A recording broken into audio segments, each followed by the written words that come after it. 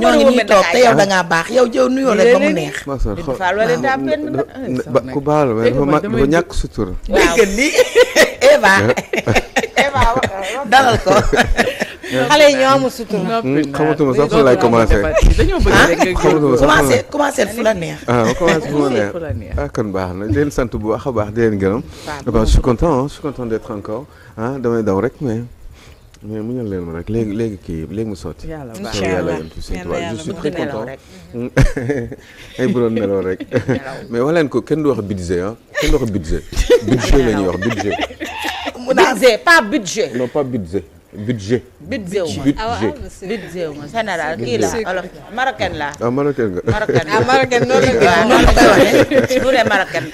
nuru nga marocain laalaat am yoon bi nag tàkku leen waat. barke yonent bi. leen sant bu baax sans plaisir Pape Gora ñu ngi lay ziar bu wér Penda Diallo Gueye di la ziar bu wér yàlla nga fi yàgg te wér et puis naturellement ceux qui sont dans l'équipe technique di bàyyi xel ñoom Bintou Fall entre autres Pierre ak suma gars yi Louis Faye aussi et puis Sista aussi Eva ñu ngi lay ziar bu wér Sopulo aussi yàlla nga fi yàgg te wér et puis ma sœur aussi vous êtes très belle et puis vous avez une très belle robe. merci beaucoup bravo à vous yàlla na yàlla sàmm wax nga dëgg moom loolu rek nga wax muy dëgg mooy jigéen Sénégal yi dañu rafet dañu jekk et puis dañu am maanaa waaye dañu bëgg xaalis dégg li bu ñu bëggul woon xaalis du baax kon du ñu mën a sañse ñu bàyyi ko moom Aïda mu maam Khalifa mu daal di dugg ci sujet bi amiin Aliou Sow merci beaucoup sa rose bi baax na merci beaucoup duñ jox Aliou Sow mu jël waaw mais c'est comme vous voulez waaw parce que je pense qu'on devrait d'abord commencer par l'actualité vous voulez qu'on passe par l'actualité après ñu mën a virevolter si oui alors ndox sinon sa baat bi du kii de man mii sax su ma si amoon rek dinaa leen sant bu baax a baax yow moom tey dañ laa war a yow moom vraiment tey dañ laa war a jàppale leen ko rek jàppale leen sama càmmiñ bi mu ñëw leen ma rek dinañ la lu metti yàggul léegi mu sotti nañ la def ni la yàlla def rek toog di la seetaan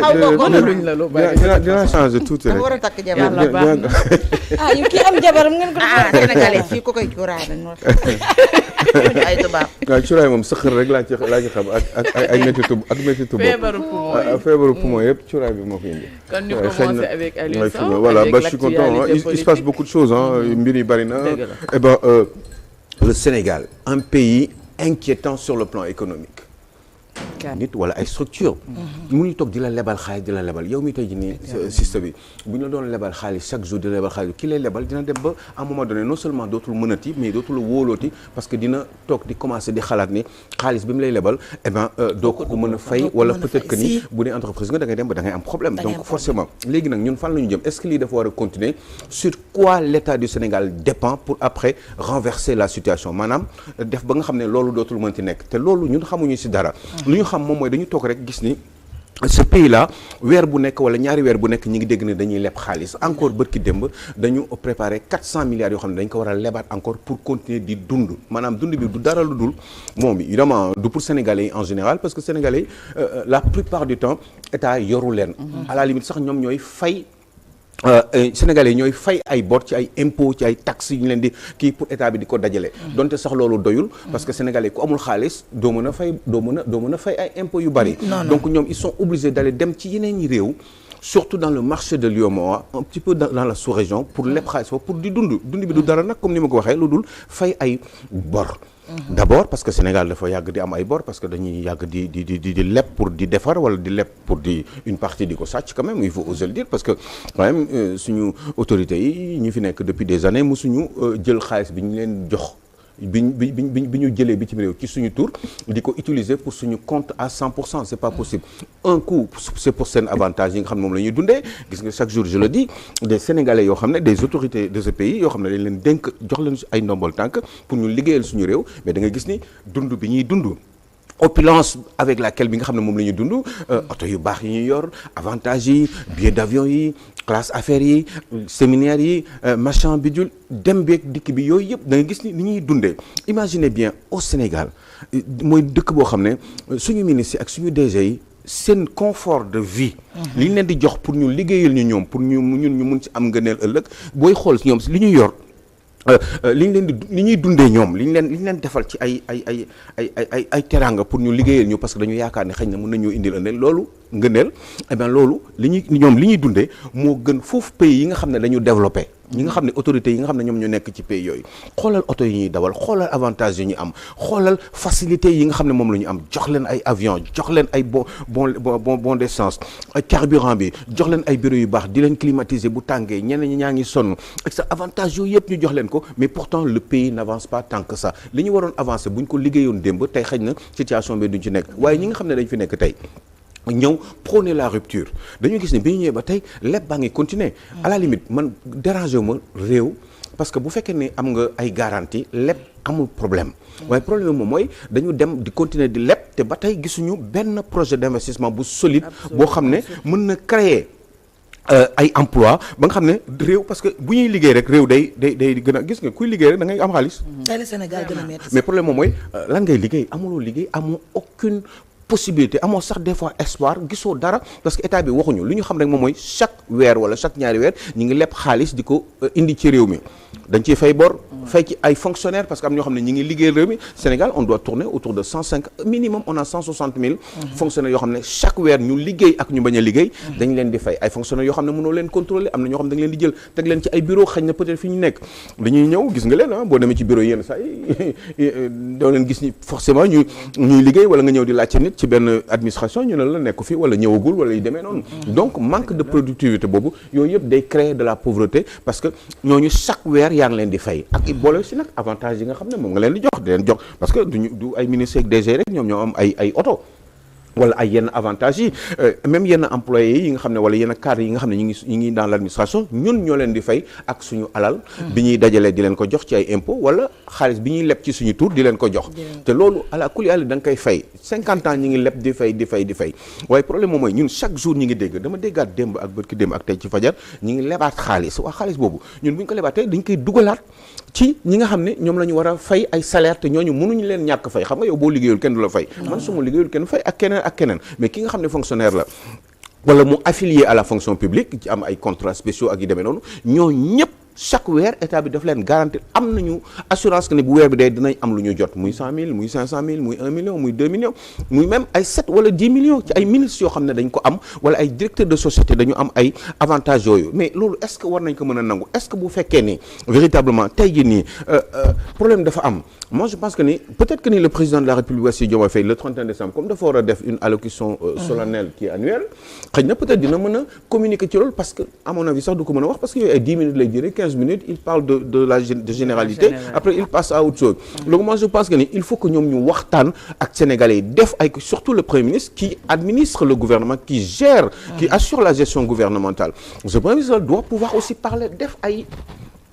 point de presse def ay conférence wala di wax il faut ñu wax parce que ñu xam exactement lu ñu xam rek mooy ñu ngi leb te si sa tour la ñuy lebee sama tour ak turu ñëpp turu sénégalais yi waaye léegi nag ñun loolu kañ lay jeex ba pare kenn mënul yaakaar ki am 20 ans wala am 25 ans mi ngi espérer xëy na peut-être dans 2 ans balaa Bassirou Diomaye Faye di jóge ci nguur gi moom xëy na dina am liggéey waaye kooku dañ ko nar a xaarloo ay 10 ans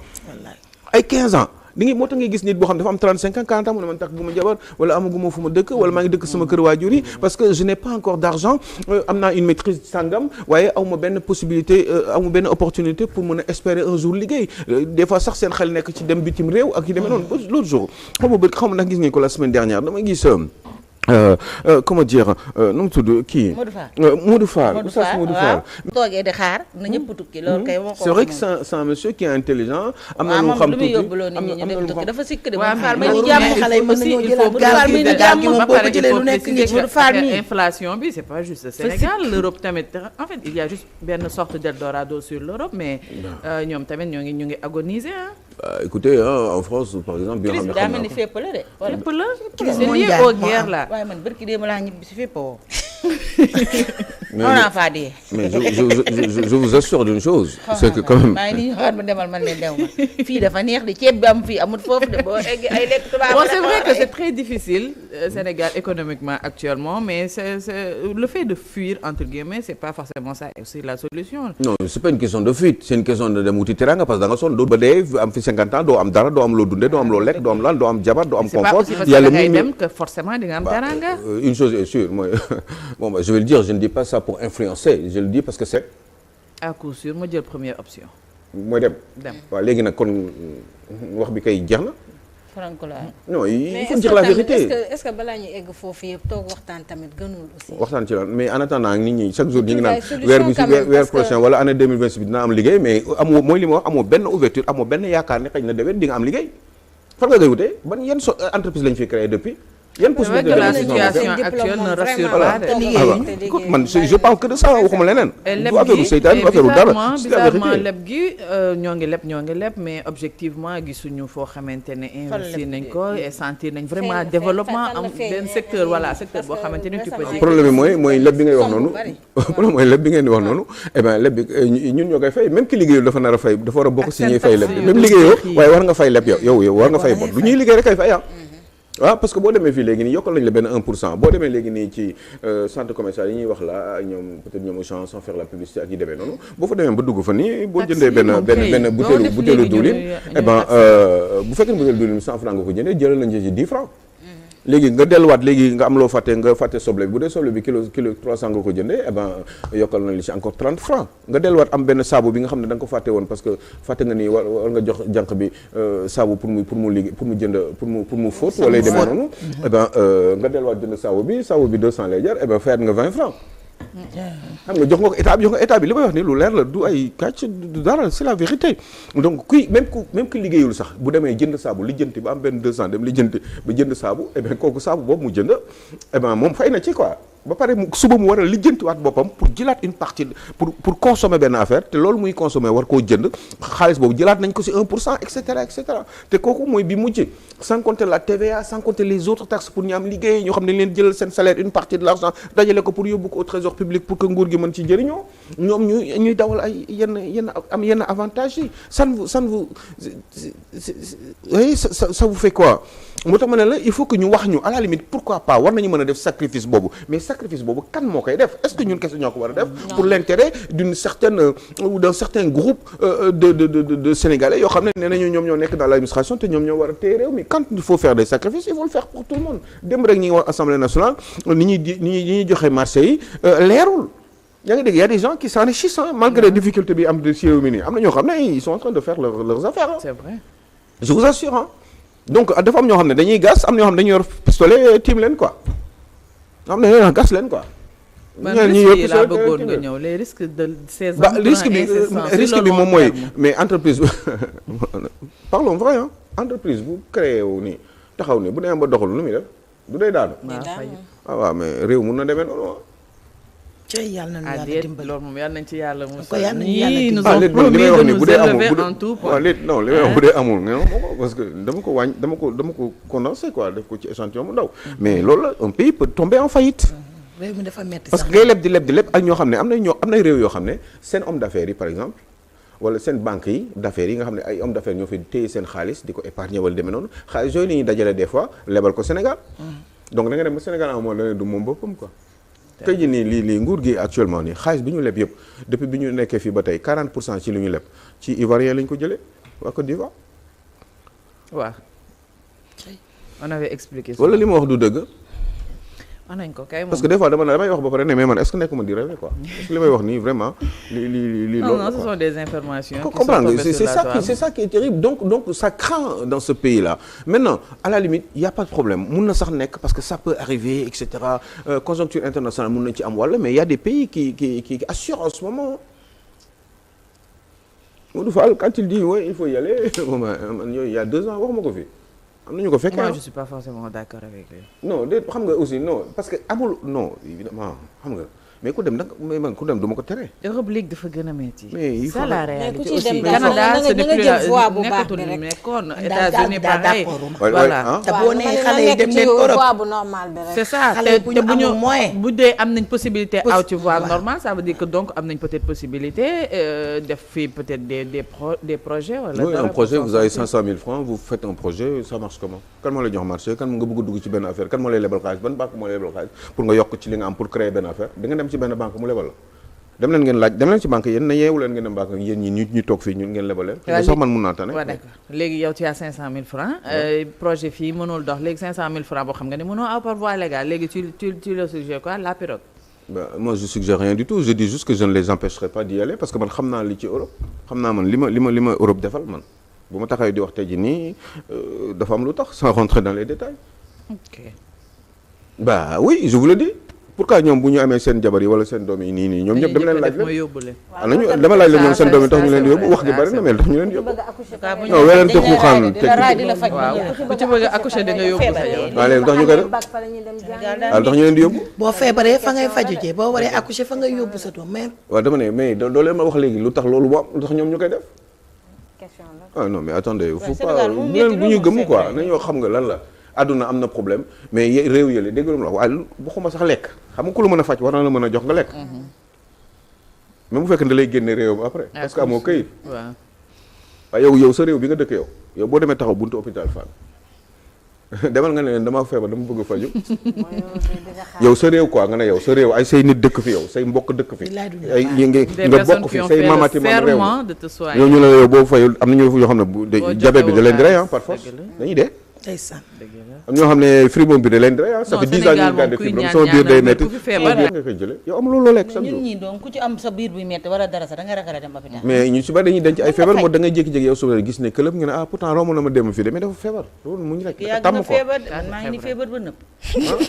tout moment man leen man lay na tàgg munaas ay yaa ngi ba ci kanam munaas yaa ngi ba ci kanam ba man solution bi ma gis très honnêtement xanaa ma répété waat ko rek mooy il faut que tout le monde fasse des sacrifices ñu takk suñu biir bàyyi xuloo wax ak àdduna wax ak ñi yor xaalis kenn du xuloo ak ñoom ñaari at ci ginnaaw daan naa ko wax daan naa leen ne ay leen li ngeen di def ay diw dégage ak diw machin ak ay FMI sàngam ak àdduna dafa am nu muy doxee te benn ordre mondial moo am ku ko bëgg changer nag demal nga clamé ko ci yàlla ndax yàlla du juum 100 ans ci ginnaaw dama dégg ni wala 200 wala 150 ans ñoom El Hadj Omar Foutiyou la yàlla yokk seen leer ñooñu bi ñu daan dem màkk ay gëléem lañu daan jël ay weer la ñuy def pour yegg màkk wallaay ndeysaan tey avion ngeen di jël bu tàngee seen clim nii bi ñuy neex nii ci torop si biir Walfadjri eh bien clim yi dafa am ñu ko defar oto yu baax yi ngeen di bëgg di dawal lu robe bu rafet bii nii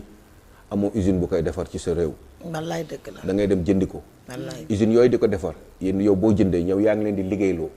parce que ça veut dire que ni marché baa ngi dox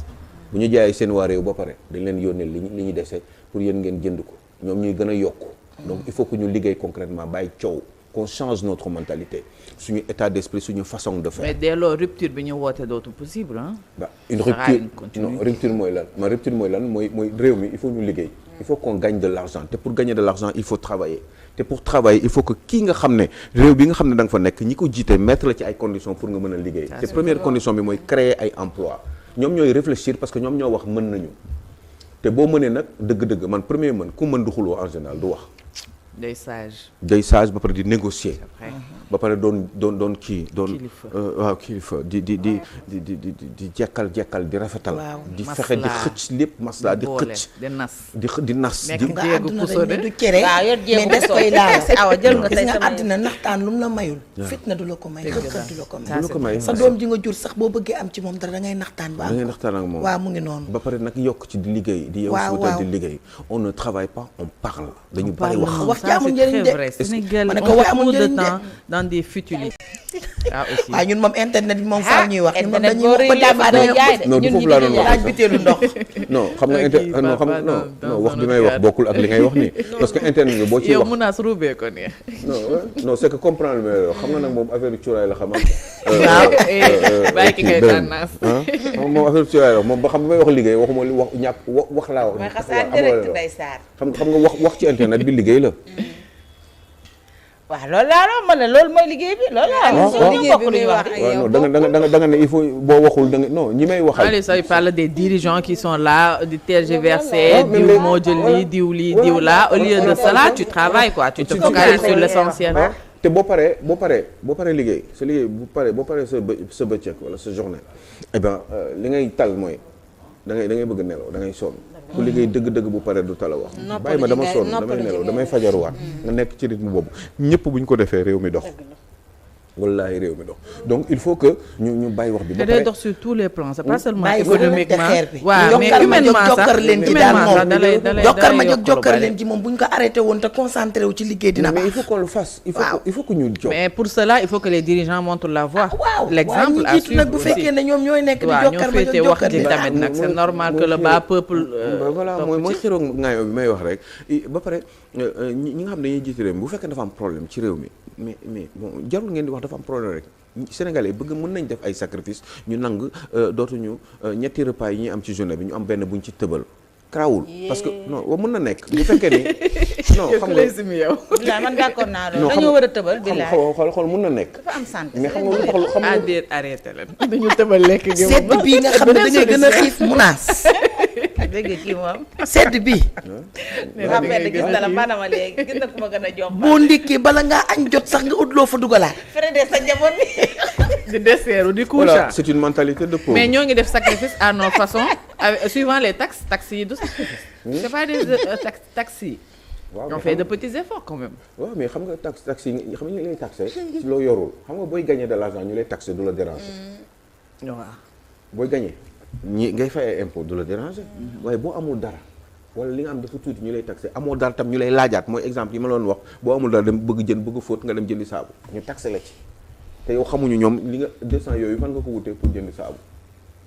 suba nga war a lijjantiwaat beneen affaire war nga passé nga dem jëndi këriñ am nga taxe ci biir dafay metti comprendre nga donc te yoruloo ko quoi da nga koy lijjanti en fait il faut xam nga xaar sa benn wala sa benn cousine bu la mën a sànni benn téeméer parce que tey dafa dëgër waaw mais nit ñi il faut ñu liggéey il faut que ñu liggéey ba nga xam ne kenn dootul dépendre ci kenn kenn du dépendre ci kenn xam nga mais ni ñuy defee nii moi je pense que nii mun nañ def ay sacrifices yooyu mais sauf que ñi nekk ci kaw il faut xam naa leen di wax sànq comment vous pouvez imaginer un ministre de la République muy am confort de vie bu gën tubaab yi la tax loolu xam nga réew bu doxee man d'accord naa yenn ñi jiite am yenn niveau yi de vie waaye réew bu amee problème ñooñu dañu war a continuer di am même niveau bi ba pare mu doon sax li gën pays yi développé loolu du yoon ñoom tam dañuy war a def sacrifice ñu sentir def nañu ay sacrifice président bu jël avion dem France ñetti fan wala ñeent wala mu def une semaine je suis gentil